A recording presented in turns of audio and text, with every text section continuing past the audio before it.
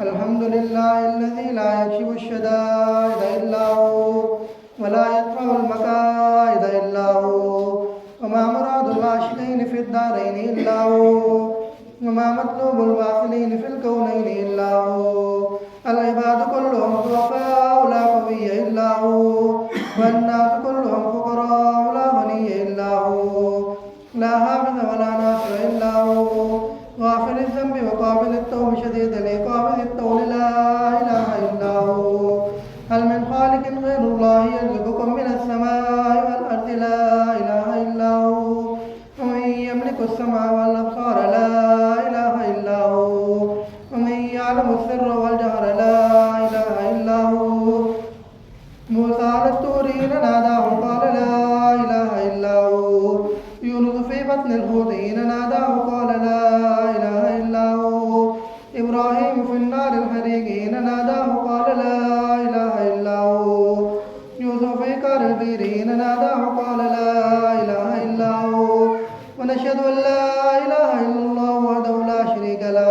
هو الحي لا إله إلا هو ونشهد أن سيدنا مولانا محمدا عبده ورسوله صلى الله تعالى عليه وآله وسلم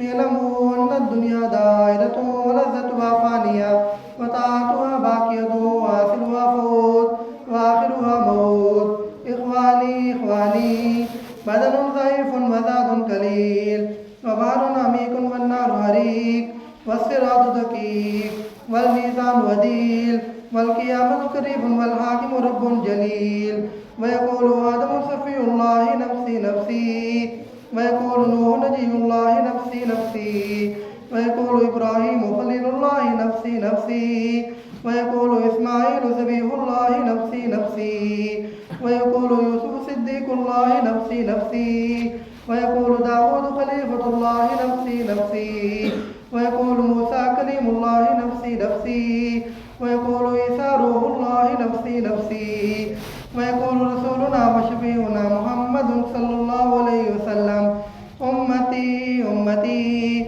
ويقول الجبار جل جلاله عمن والاه عبادي لا خوف عليهم ولا هم يحزنون بارك الله لنا ولكم في القرآن العظيم ونفعنا وإياكم بالآيات والذكر الحكيم.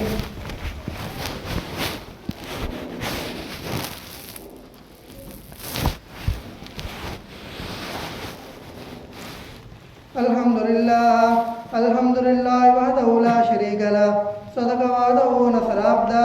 وعد جنده وهزم الأحزاب وحده والصلاة والسلام على من لا نبي بعده ولا رسول بعده ولا معصوم بعده الذي قال في خطبة الحجة الأخيرة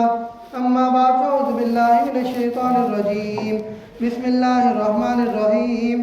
يا أيها الذين آمنوا إذا نودي للصلاة من يوم الجمعة فسعوا إلى ذكر الله وذروا البيع ذلكم خير لكم إن كنتم تعلمون. सब सीधी कर ले, बाइल वाले अंदर आ जाए.